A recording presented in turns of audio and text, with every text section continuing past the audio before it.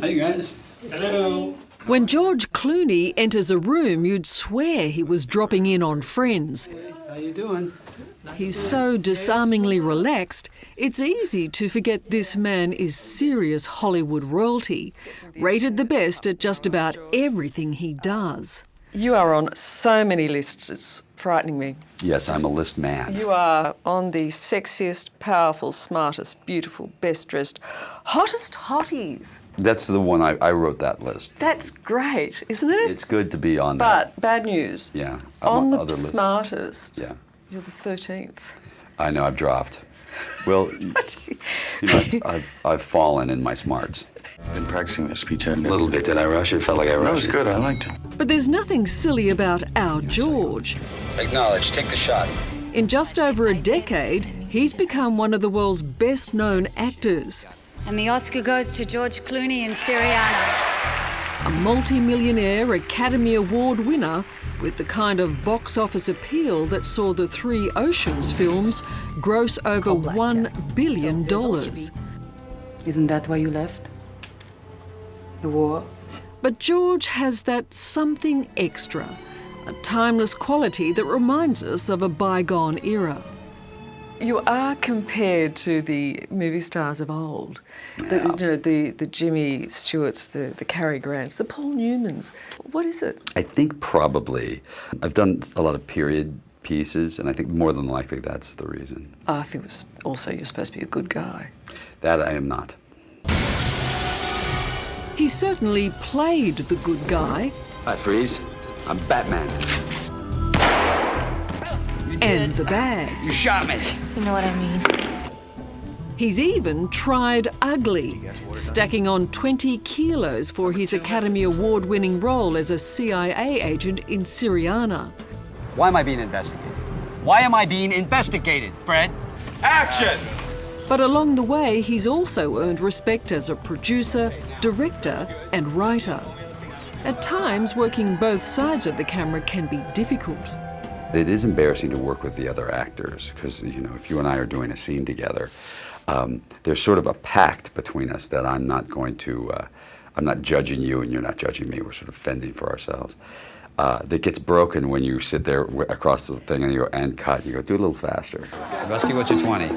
But for all his achievements, at the age of 46, the one thing Mr. Perfect hasn't perfected is his love life. Let's move on to women. Okay, good. Right now, the woman of the moment is 29-year-old cocktail waitress Sarah Larson. You must have been seen with Sarah as well. Well, yeah, I offered her a lot of cash to come out with me. She was the first of his girlfriends to walk the Oscar red carpet with him. And that, apparently, can only mean one thing. It must be serious. It's all about getting married or not getting married. I know, that's all I hear anymore. Like 3 or 4 days ago, my BlackBerry went off and I woke up in the morning and sort of started looking. There was like 50 calls, and everyone said that they just read that I was getting married, and I was like, wow, I'm getting married. I didn't know. George has been hitched once before to actress Talia Balsam, but for the past 20 years, he's been a confirmed bachelor. Sarah may be the one to change all that. Is it easier dating somebody who's not in the business? I don't know. Makes no difference? I don't know. It depends. You know, I've dated some that are and some that aren't before, and what a success they've been. George Clooney grew up with old-fashioned values in the small town of Lexington, Kentucky. The last time you were at confession, it was 17? Yes. Well, you know, I was an altar boy. You know. I do. I was quite the Catholic. You're going to confession once a week when you're in 2nd grade. I was there. And, I had to do it. You know, what are you confessing once a week in second? I remember confessing that I'd committed adultery because I thought that meant acting like an adult. We had impure thoughts. Yeah, impure thoughts. In 2nd grade, you're 8. George's dad, Nick, was a television journalist, and his aunt, the famous singer Rosemary Clooney. Mr. Bones, how do you feel, Mr. Bones? He followed his aunt to Hollywood, but her fame didn't help his career. Return There were plenty of dud films. A Foster? Foster's from the South. Down under, huh? Good day, mate. And some very average sitcom roles. Hey, Doug. You've got a 5-year-old with a wrist fracture. Does that hurt? Until at the age of 33, the big break came as Dr. Doug Ross in the medical drama ER. Hey, it's me. Any messages? He never looked back, with a big screen career spanning 30 films in just 13 years. Where are you? Coming at you. You are seriously comfortable in comedies. That comes naturally to you. I suppose I'm lucky in the sense that in some ways I was never incredibly successful at one particular genre as an actor. So I didn't get pigeonholed into one. You know, they didn't say, well, you're going to have to be an action guy, or you're going to have to be a comedy guy, or just do drama. Yeah, I know, you can do it all. You can be the romantic lead, you can be the crook, and you can be the idiot. Yes, well, I've done the idiot. I don't carry Dapper Dan, I carry Fop. Well, I don't want Fop, goddammit. I'm a Dapper Dan man. I've done a trilogy of idiots lately. But there's some advantage to that in a way, in sort of middling success along the way. But I'm sort of trying to do that the same way in directing. And I'll have you come up like this. Hey, is this great or what? Something like that, you know. George's latest film, Leatherheads, is a romantic comedy about American football in the 1920s, in which he acts and directs. George, this is one filthy, dirty film. I know, exactly. Covered in mud. Those people get mud money. You know, we had to ship that mud in, too. It wasn't just your normal mud, because, you know, we had to find mud that would stick, like a clay. So I spent a half a day testing mud. That's a fun day for you right there. Wait, where were you two? Nowhere. Once again, it's reminiscent of classic Hollywood. So you want to play dirty? Maybe later. I'm a little tired right now. Have you ever played a football game in your life? Well, sure, I played a lot of football games, nothing organized, because we didn't have a football team in Kentucky. So I was ready for that part of it. I wasn't really ready to just get hit as many times as I got hit. 5, 4. But it's a departure for George, whose most recent work has had a strong sense of justice. Films like Good Night and Good Luck. Good evening.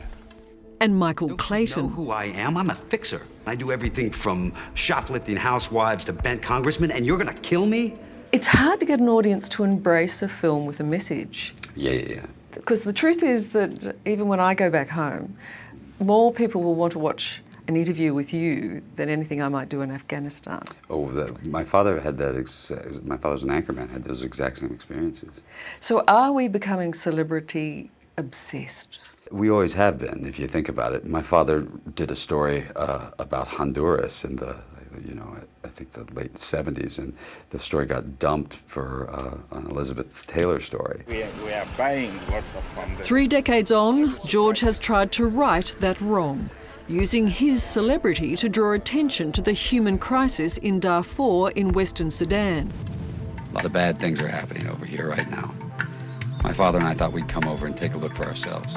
As a UN messenger for peace, he and his dad went there to report on a region struggling with civil war and over 2 million refugees.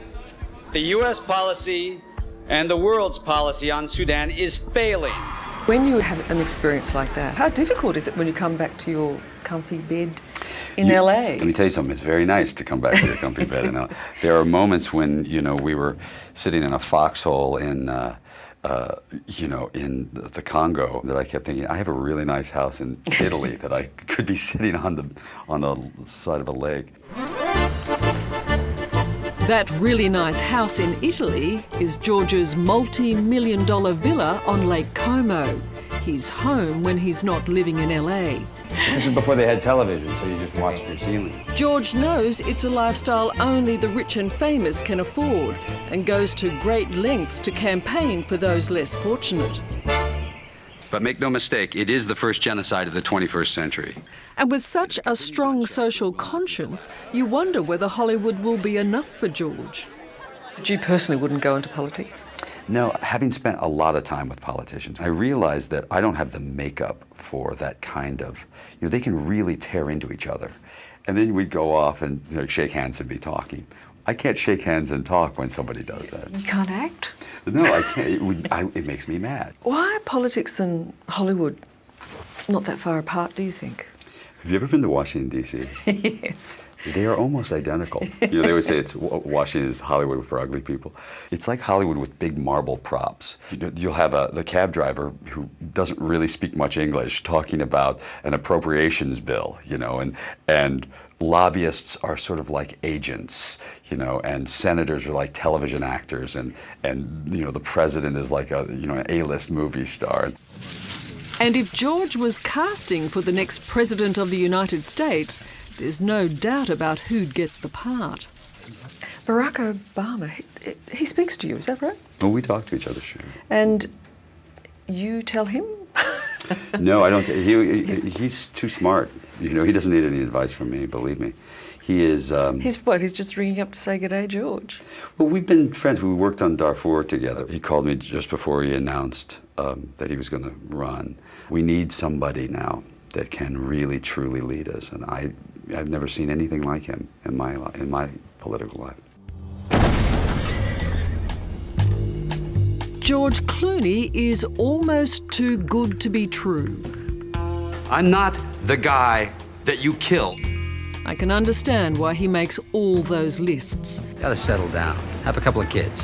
As for the future, George has a list of his own and some hard and fast rules to live by.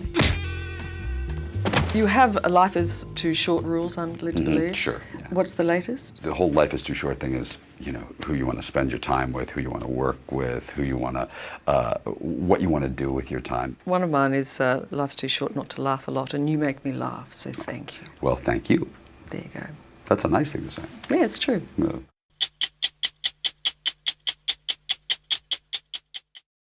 Hello, I'm Liz Hayes. Thanks for watching.